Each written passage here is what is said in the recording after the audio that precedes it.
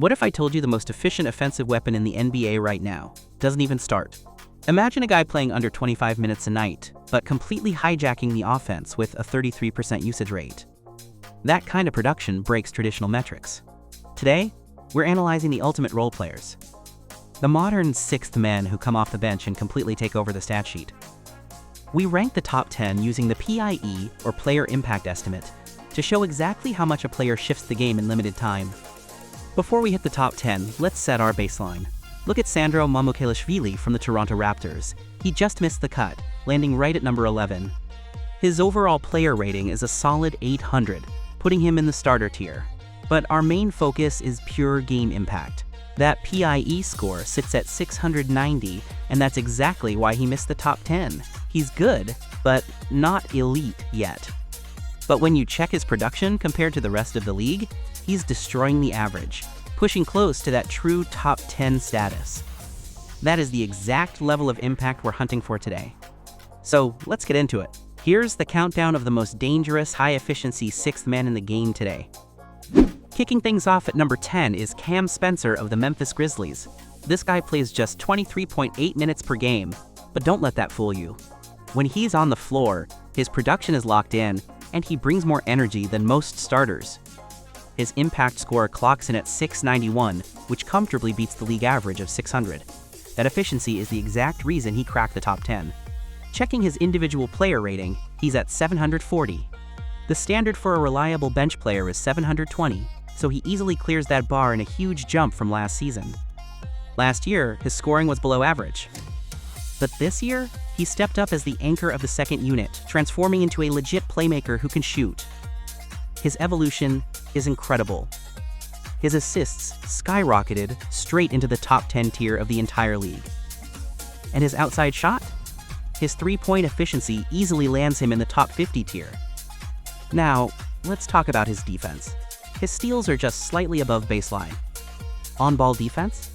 He does his job, but he's not a lockdown guy yet. If he wants to become a true core piece, he needs to level up on this side of the ball. But here's where he saved the team.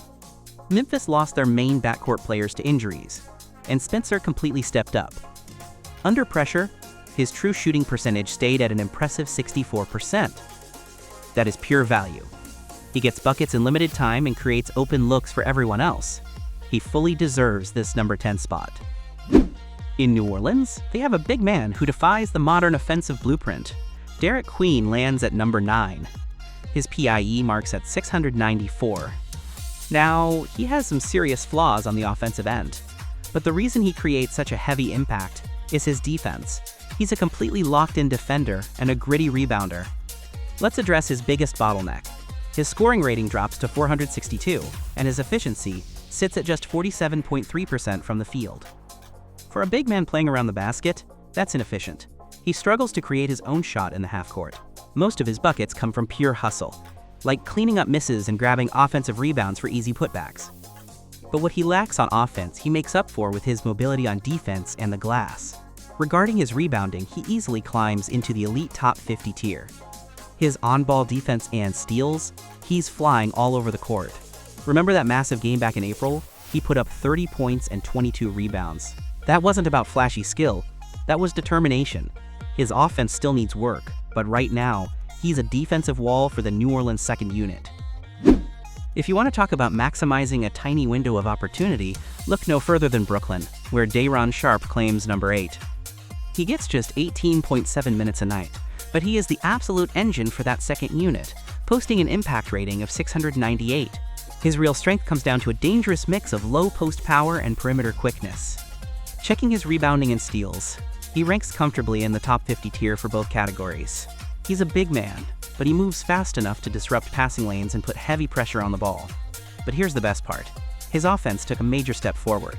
Last season, his scoring efficiency was stuck below average. This year, he completely broke through that wall. His true shooting percentage went over 63%. He finishes his touches and maximizes every single opportunity. A thumb injury cut his season short in mid-March. But before that, he put on a masterclass over 62 games. His mix of size and speed is rare. If he can stay healthy, he's got the talent to fight for a starting spot next season. Charlotte has a guy in their second unit who plays with starter-level power, but a bizarre statistical twist drops Kobe White to number 7. His individual player rating blows past the 780 starter baseline, hitting 800. He's clearly playing at a high level. So why is he sitting at number 7? Well, his overall game impact comes in at 701.4. There's a fascinating twist in his stats. Compared to his Chicago days, his total contribution to the team actually looks smaller. Now he's anchoring the second unit, and his playing time is capped at 25 minutes. Because of that, his overall playmaking took a dip, but even with less time on the floor, his player rating still jumped. How does that happen? It comes down to offensive density and a huge upgrade on defense. His usage rate and scoring production index easily rank in the top 50 tier. He takes over the offense in his limited minutes, transforming into a hyper-focused scorer. And you cannot ignore his defensive growth. He completely blew past his numbers from last year. His minutes went down, but his minute-for-minute impact is through the roof. He used to be a one-way scorer. Now, he's a two-way weapon dominating the second unit. Milwaukee went through absolute chaos this year, which completely transformed the role of our number 6 pick, Bobby Portis. He sacrificed his personal stats to keep the team alive. His individual player rating took a 45-point dive down to 756. But don't let that fool you. He maintained a strong 710 PIE score. Milwaukee was in emergency mode. Giannis Antetokounmpo missed more than half the season. Plus, they brought in Miles Turner as their new center, reshaping the front court. Milwaukee didn't need Portis to be a jack of all trades. They needed him to do 2 specific jobs. And man, he absolutely locked in. His three-point percentage hits a beautiful 45.6%, pushing him right into the top 10 tier of the entire league. And his rebounding secures a spot in the top 50 tier.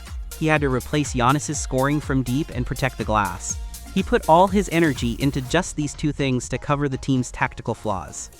Because he focused so hard on scoring and rebounding, his playmaking, steals, and blocks all shrank below the league average. That's why his overall rating dropped.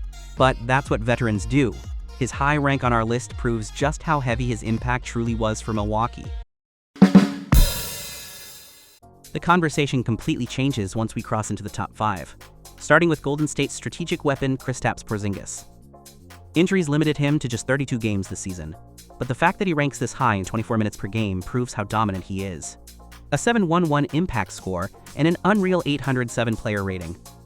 His overall production dipped slightly compared to last year, but he's still outclassing the league average everywhere. On defense, his rim protection is a major problem for opponents. His shot blocking ranks in the elite top 50 tier. He's 7 feet 2 inches, and he alters everything near the basket. He's just as scary on the offensive end. His usage rate and scoring index both sit firmly in that top 50 tier. He comes off the bench and immediately takes over, scoring at the same volume as a primary option. When he's healthy, he brings all-star level impact right to the second unit. In a tight playoff series, his ability to destroy an opponent's backup unit is terrifying. Down in Miami, their second-year big man is putting on a clinic in center efficiency. Kelly Oubre claims number 4. For a guy this young, touching a 798 player rating is pure starter talent. His game impact sits tied at 711. Driven entirely by his work inside. He's the exact definition of what teams want in a modern NBA center.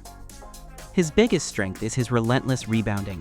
He hits a 916 rebounding score, easily top 10 in the league. He grabs 9.0 boards in just 22.1 minutes a night. On defense, his versatility makes him even more valuable. His on-ball defense score is a rock-solid 827. Shot blocking, top 50 tier. But here's the wild part. He's a massive center, but he can stretch the floor. When he lets it fly from deep, he hits 39.5% of his threes.